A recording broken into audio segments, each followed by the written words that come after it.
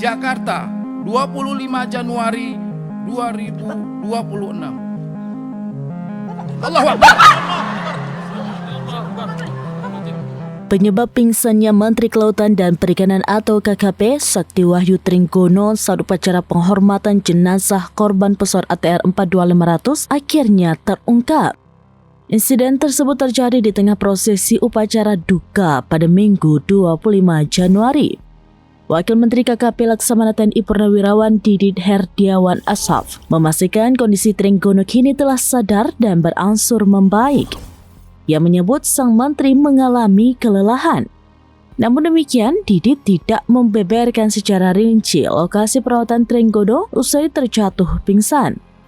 Peristiwa tersebut terjadi di Auditorium Madidihang, Akademi Usaha Perikanan atau AUP Kelautan dan Perikanan Pasar Minggu, Jakarta Selatan. Upacara digelar sebagai bentuk penghormatan terakhir bagi 3 korban kecelakaan pesawat, yakni 2 pegawai KKP Ferry Irawan dan Yoga Noval, serta pilot Kapten Andi Dahananto.